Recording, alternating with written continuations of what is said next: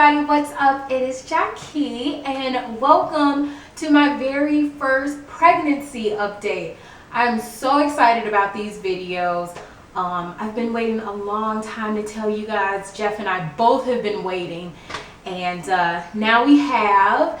Thank you so much for all the congratulations, the sweet words, all the love, support that all of you guys give us from our channel. We really are very, very lucky to have subscribers like you. And if you're not a subscriber, go ahead, click subscribe. I don't know what you're waiting for, but let's get into it. So I am officially 14 weeks pregnant as of Sunday, August 28th, and I am so excited. Sorry, had to look at the calendar just to be sure, but so many different changes have gone on in my body. A lot has happened. So I basically wanted to walk through with you guys and let you guys know some of the stuff leading up to 14 weeks, and then I'll talk about this week in particular, things that I've experienced. So me and Jeff found out that we were pregnant when I was 2 to 3 weeks pregnant. So during that time, I had no clue what was going on in my body. I'm very in tune with my body. So when I started feeling very, very heavy cramping, and I thought that, okay, this is just my normal menstrual cycle because I always had horrible cramps. But these cramps weren't going away like with anything that I did. So I was kind of confused, and I'd be going to work early in the morning and I'd just have to stop, and I'd be in so much pain. Or if I sneezed, I'd be in so much pain. I was like, I never dealt with this. And, a couple of times in my head, I'm like, I wonder if I'm pregnant because I don't know what this feels like. Like, I have no clue. I was like 2 days late, so I'm like, no, I'll be okay. But lo and behold, I was pregnant. It made so much sense now. And I was just like, okay, so this is the reason why I was feeling like this, and nothing that I was doing was working. So when I was about 3 weeks pregnant, I was definitely feeling so many lower abdominal pains, and I just didn't know what was going on. Weeks 4 to 5, I was just very, very tired. I was working at the restaurant weeks 4 to 5, and I would have to get up super early. I would work very long days, so I was exhausted, super fatigued. All I would do was go to work, come home, literally spend like an hour to an hour and a half, watch TV, and I was like asleep from like 7 till the next morning. So it was a crazy schedule to just be pregnant, and I was not feeling weeks 4 to 5. Weeks 5 to 8, I started feeling a lot of sickness. Not really just morning time sickness. I was feeling a lot of sickness throughout the whole day. I just did not like the way I felt. I didn't want to eat, and I was cooking food in a restaurant, so I definitely just didn't want to have anything to do with food. And actually, I lost, from me moving here to Montana 3 months ago, I've lost 10 pounds and a little bit more than that. So working at the restaurant, having this morning sickness, I was like, no thanks, no food for me. I just picked at little stuff like blueberries and apples, and I just wasn't interested. Of course, that drove Jeff nuts, and I felt so bad for him, but I was just not into food at the time. The great thing is weeks 10 through 12, I started regaining my strength, and I'm no longer working at the restaurant anymore because I started feeling so much pain in my hips, and I was standing for like 10 to 12 hours at a time. That was a no-go on my body. I don't know if you guys know, but my mom dealt with avascular necrosis in both of her hips, which means that she went bone on bone in her hips. And for me, I just got kind of scared. I just didn't want to deal with that in my body and stuff. So it worked out that I'm no longer at the restaurant because I am no longer feeling that fatigue in my body. So that is huge.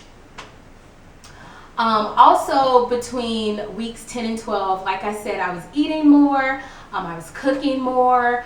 The one thing is fast food was making me completely sick. I didn't want to go to anyone's restaurant. I didn't want to go in a drive-through. I just wanted to come home and I wanted to make my own food that I knew what was going in it. I knew only my hands were preparing it. And that's why you guys have been able to get so many food videos out of me, because I just don't want any food out. Now I'm allowed to venture out and get some food out and stuff, but 10 through 12, I was not having it.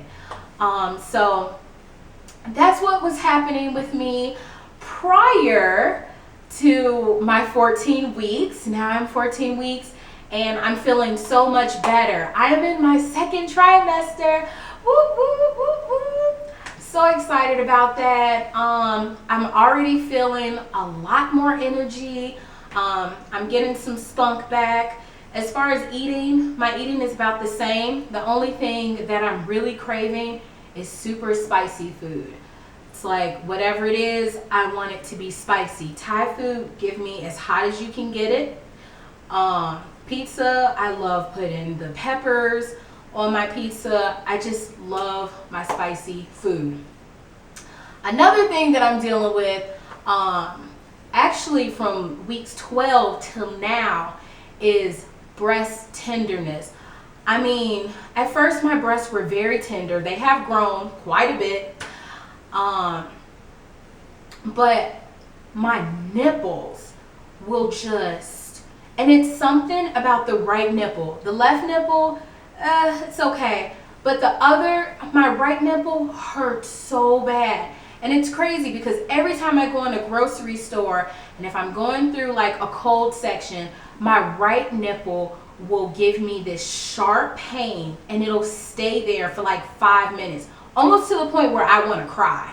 And my mom was like looking up stuff like remedies, and she said, well, you know, I don't want you to wear bras that have wires in it because they say that you know, contributes to your pain. So she bought me this motherhood bra, which is amazing. Tell you guys about that later. And then she also told me about this weird remedy with cabbage. I guess you're supposed to put cabbage in your bra and it's supposed to draw out the pain. I don't know. I haven't tried it yet. I might try it if this, you know, continues to happen. But I just thought that was a little interesting. So definitely breast tenderness has most definitely happened.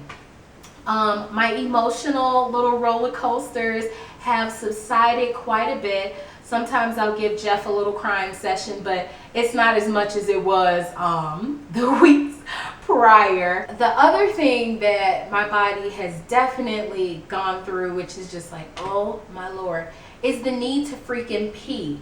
I feel like I have to use the bathroom all of the time. That's all I do. Like in the middle of the night, I'm constantly going to the bathroom. It's like enough is never enough. But it says that it's supposed to subside. So hopefully that'll happen so that I'm not going to the bathroom every 2 seconds. But that is what's been going on with me the last 14 weeks. I hope you guys enjoyed this video. I'm going to give you guys a belly shot so you guys can see just how far along I am, and I hope you guys enjoy. Okay guys, this is what the bump is currently looking like.